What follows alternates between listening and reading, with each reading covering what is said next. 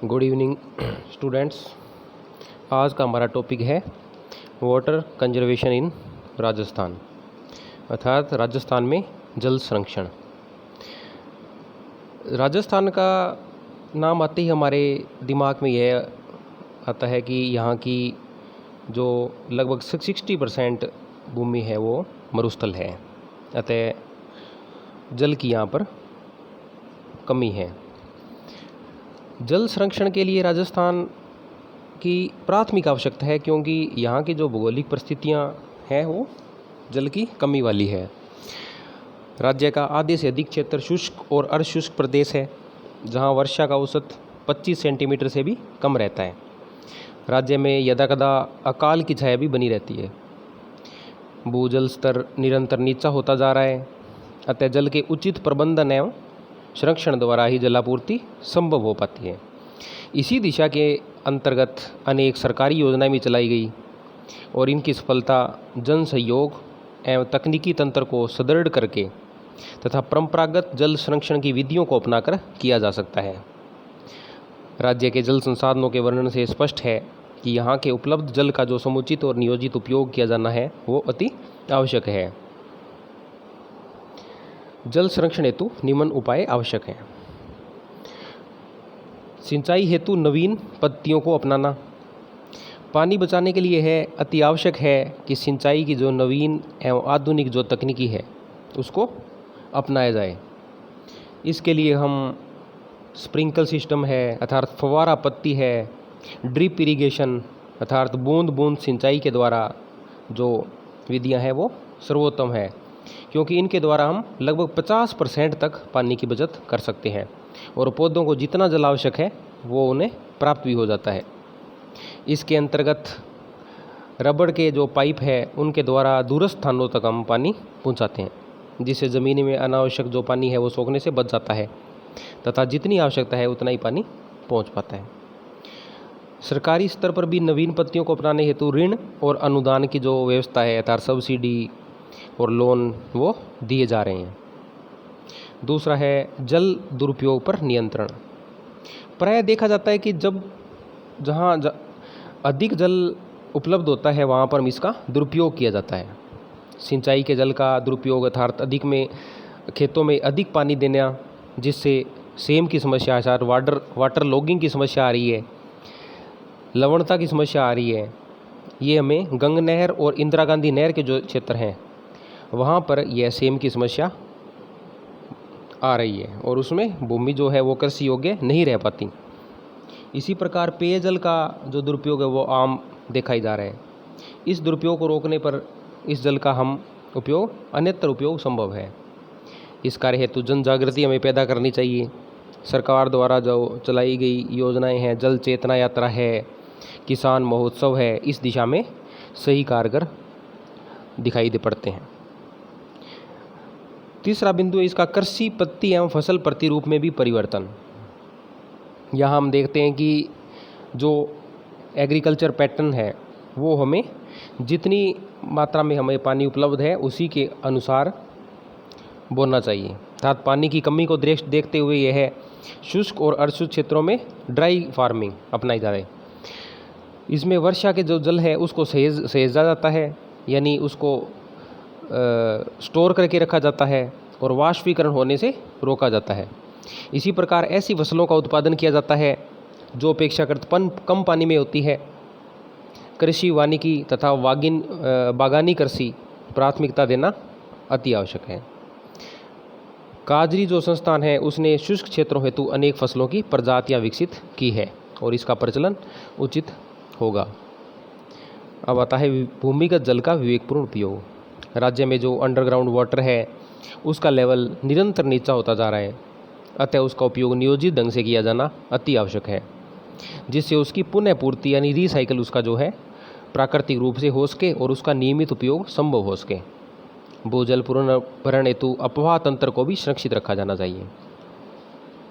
फिर सिंचाई और पेयजल योजनाओं का जो समयबद्ध नियोजन है उसका क्रियान्वयन करना। सामान्यतः राज्य की सिंचाई योजनाओं का समयबद्ध क्रियान्वयन नहीं किया जाता इंदिरा गांधी नहर परियोजना जो है उसका मार्च 1958 से चल रहा है और आज भी पूर्ण नहीं हुआ है। इसी प्रकार बिसलपुर जो पेयजल परियोजना है वो भी अभी पूर्ण नहीं हुई है। इस प्रकार राज्य के अनेक सिंचाई योजनाएं समय पर पूर्ण नहीं हो पाती। इससे न केवल लागत अत्यधिक हो जाती है और जलापूर्ति भी नहीं हो पाती। फिर है छोटे बांध, तालाबों और एनीकट का निर्माण। राज्य में छोटी छोटी अनेक नदियां हैं जो वर्षा काल में ही प्रवाहित होती हैं, अतः आवश्यक है कि उनके पानी का सिंचाई के लिए क्षेत्रीय आधार पर छोटे छोटे बांध बनाकर इनका स्टोर किया जाए। इसी प्रकार एनीकटों के निर्माण द्वारा वर्षा के जल को संरक्षित कर ग्राम स्तर पर इसका जल उपयोग किया जा सकता है। राज्य द्वारा इस दिशा में विगत 15 वर्षों से ध्यान दिया जा रहा है तथा इस ओर अधिक सक्रिय कार्य करने की हमें आवश्यकता है। फिर है जर्जर नहरी तंत्र की मरम्मत एवं वितरिकाओं एवं नालों को पक्का करना। राज्य के नहरी तंत्र की अनेक नहरों में रिसाव के कारण पानी व्यर्थ होता रहा है, अतः नहरों की मरम्मत और उसमें जमा कीचड़ को निकालना अति आवश्यक है और वितरिकाओं को पक्का किया जाए जिससे जल व्यर्थ न हो।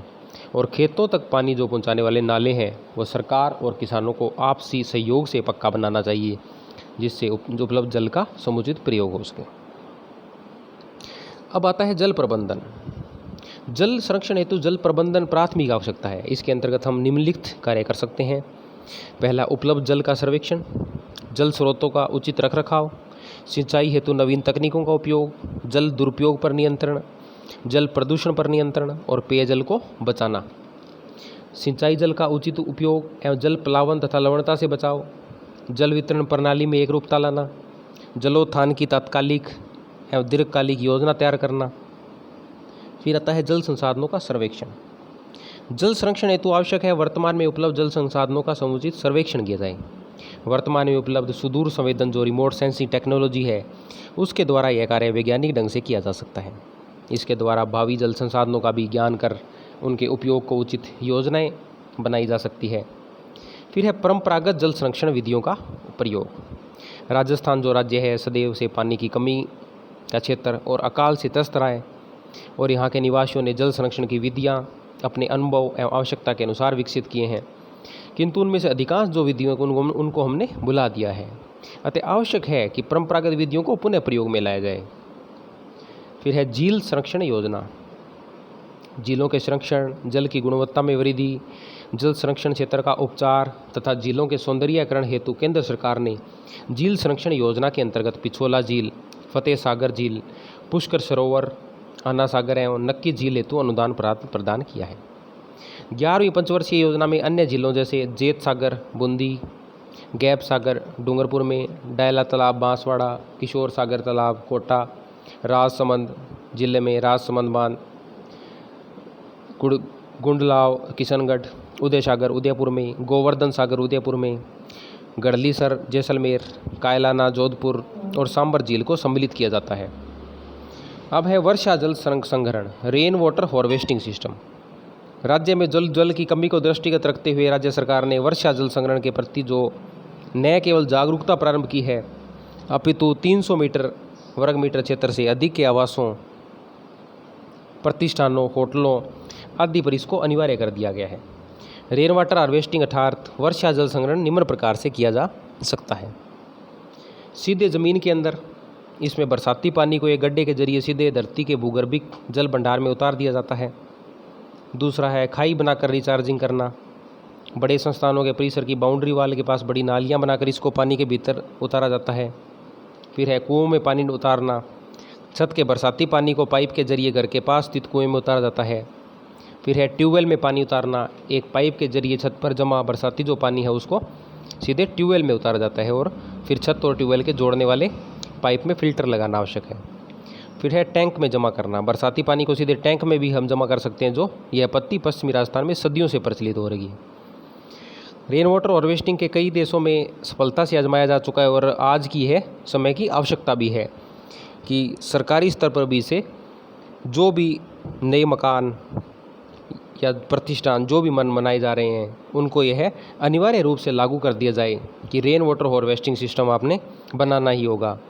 और पुराने जो बने हुए मकान हैं उनको भी जन जागृति के द्वारा रेन वाटर हार्वेस्टिंग सिस्टम अपनाने पर बल दिया जाना चाहिए। परंपरागत जल की संरक्षण की जो विधियां हैं उनमें है तालाब, झीलें और कुएं, इनका प्रचलन संपूर्ण राजस्थान में है। इसी प्रकार से जो नाड़ी है, यह एक प्रकार का पोखर होता है जिसमें वर्षा का जल संचित होता है। पश्चिमी राजस्थान में सामान्यतः प्रत्येक गांव में पोखर का निर्माण किया जाता था जिसमें वर्षा का जल संचित कर लिया जाता था और इसका निर्माण जलग्रहण क्षेत्र में किया जाता है। सामान्यतः इसमें संग्रहित जल 7 से 8 माह तक रहता है। यदि नाड़ी कच्ची होती है तो उसमें रिसाव होता है, किंतु पक्की नाड़ी में जल अधिक समय तक रहता है। फिर आता है बावड़ी। राजस्थान में बावड़ियों के निर्माण की परंपरा रही है। यह एक सीढ़ीदार वृहद कुआं होता है जिसमें वर्षा के जल के अतिरिक्त भूमिगत जल का स्रोत भी होता है। अनेक राजाओं और सेठों ने राज्य के विभिन्न भागों में इसका निर्माण किया रहा था, जो कलात्मक भी हैं। शेखावाटी की बावड़ियाँ और बूंदी की बावड़ियाँ अपनी स्थापत्य कला के लिए प्रसिद्ध हैं। वर्तमान में रख रखाव के अभाव में इन बावड़ियों की दुर्दशा हो रही है। जल संरक्षण हेतु पुरानी बावड़ियों का सुधार कर इनका उपयोग किया जाना अति आवश्यक है। फिर आता है टोबा। यह भी नाड़ी के समान किंतु अधिक गहरा होता है तथा पश्चिमी राजस्थान में पारंपरिक जल स्रोत के रूप में प्रचलित है। इसके जल का उपयोग पेयजल, पशुओं के लिए तथा सीमित सिंचाई के लिए किया जाता है।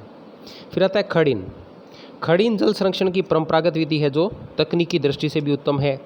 जैसलमेर में इनका निर्माण 15वीं सदी में प्रारंभ हुआ और आज भी इस क्षेत्र में लगभग 500 खड़ीनें हैं जिनसे हजारों हेक्टेयर भूमि पर सिंचाई की जाती है। खड़ीन जो है वो मिट्टी का बांधनुमा अस्थायी तालाब होता है जिसे ढाल वाली भूमि के नीचे बनाया जाता है तथा दो तरफ पाल उठाकर और तीसरी ओर पत्थर की दीवार बनाई जाती है। इनमें यदि अतिरिक्त पानी आता है तो ऊपर से निकल जाता है। खड़ीन एक उत्तम विधि है जो शुष्क और अर्धशुष्क क्षेत्रों में सफल प्रतीत होती है। फिर है टांका या कुंडी। यह भी वर्षा के जल को संग्रहण करने का साधन है जिसका प्रचलन मरुस्थलीय क्षेत्रों में है। टांका या कुंडी या कुंड का निर्माण पेयजल हेतु किया जाता है। प्राय सार्वजनिक स्थलों पर इसका निर्माण किया जाता है और इसका निर्माण दूसरी ओर मकानों और संस्थानों में भी किया जा रहा है। वर्षा का जल मीठा होता है और अनेक क्षेत्रों में भूमिगत जल खारा होता है, अतः पेयजल के रूप में इनका विशेष उपयोग है। यह पूरी तरह से ढका होता है और जल वाष्पीकरण भी नहीं होता है। हाल ही में इसमें राज्य सरकार ने एक पहल के द्वारा सार्वजनिक भवनों और बड़े भवनों में इसका निर्माण प्रारंभ करवाया है जिससे वर्षा जल संग्रहण हो सके। उपयुक्त वर्णित जो परंपरागत विधियां हैं जिन्हें भुला दिया गया, आज जरूरत है उन पर पुनः ध्यान दिए जाने की। इनमें राज्य सरकार के साथ साथ में जन भागीदारी को है अति अधिक आवश्यकता प्रतीत होती है। वास्तव में राजस्थान में जल संरक्षण प्राथमिक आवश्यकता है। इस दिशा में राज्य सरकार ने जल स्वावलंबन अभियान का प्रारंभ 27 जनवरी 2016 को 3529 गाँवों में किया। इसके अनुसार गांव के जल बजट के अनुसार पेयजल एवं सिंचाई जल उपलब्ध करवाकर गांव को जल आत्मनिर्भर बनाना है। इसमें जन सहभागिता से वर्षा जल संग्रहण हेतु तालाब, एनीकट, मिट्टी के बांध, टांका, खड़ीन, खेत तलाई आदि का निर्माण वो किया जा रहा है।